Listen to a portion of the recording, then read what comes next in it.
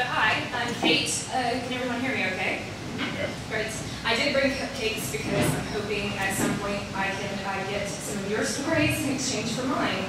And so I brought you into this. So today I'm going to kind of go through a few things, and I'm going to just go ahead and say it.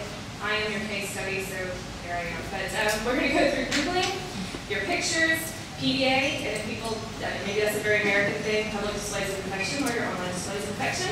Some stats, because everyone in here seems to like stats, and some do's and don'ts. So, here we kick off.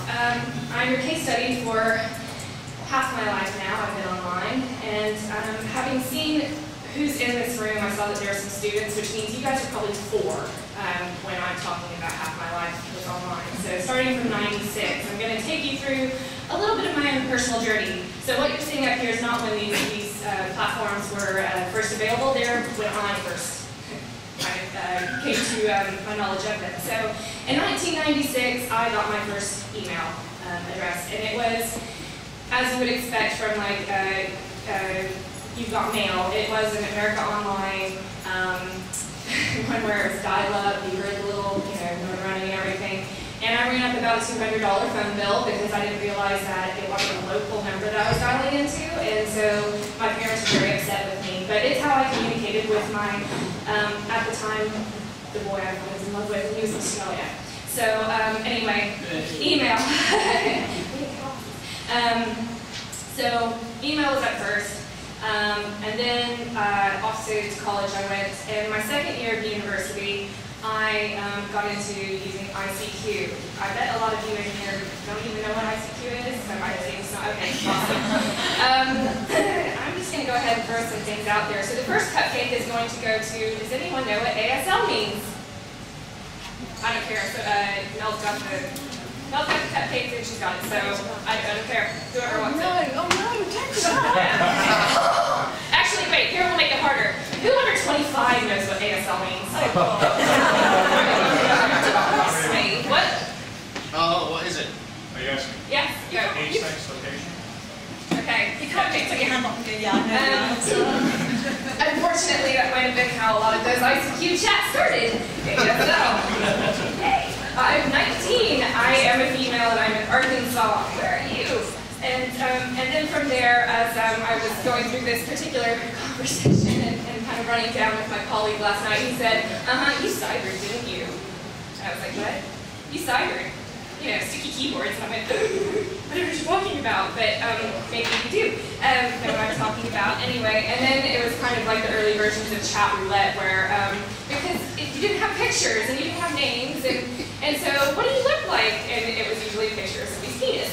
So that was my entry into chatting with people online, and hey.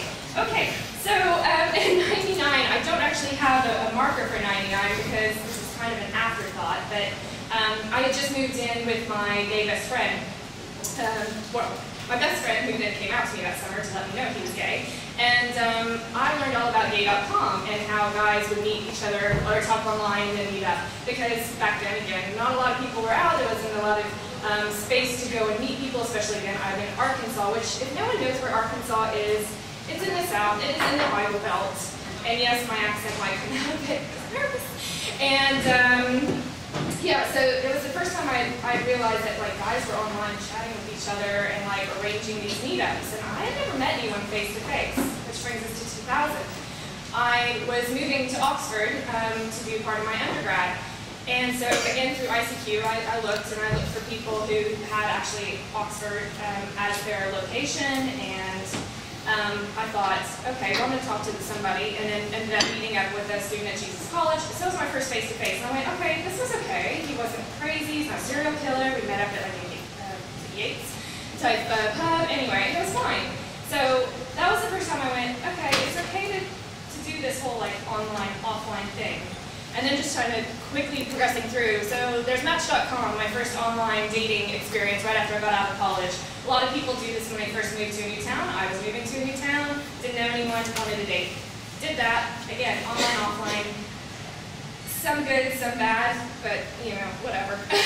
MySpace in 2005, I lived in Australia during the time, When somebody says, you're lonely, connect to people online, you can get to know your friends, or get to see your, catch up with friends back at home. And it's also a great way to date. And I hadn't thought about using it like that, but it worked out too. So MySpace is a great place to date. Maybe that's what they should come back as. And then Facebook was, again, I didn't have a university email or whatever, so by the time I got into Facebook, it really was about meeting, or just reconnecting. I've never gone and used Facebook as a dating platform. I bet somebody probably has in here, but it wasn't me. In 08 is when I started using Twitter, and then basically was using that to find a job. And again, doing more of the social networking thing. iPhone, my first iPhone in 2009, I finally got a smartphone that wasn't just something that was like for text and phone calls. I got that, and it was real time, and it was like, oh, this is amazing, I can connect to people all the time, this is great. And then again, was doing all this social networking here in London, and felt, wow, I'm meeting a lot of people, getting asked out on a lot of dates. This is kind of weird, and again, it was all through Twitter, because it was these tweet-ups. And then again, more online dating, because I think it's fun. So, one little random aside, so again, talking about these things with my colleague last night, who said, I met my girlfriend doing online dating, and she was really, really panicked because at the end of our first date, I didn't give her my phone number, and I thought, you know what, we're both community managers, we're both online, we have each other's Twitter and all this information, and I kind of started thinking about it. It's like, we all are so online that maybe, we don't have to call anyone anymore. It seemed kind of strange, but kind of fun talk, or chat.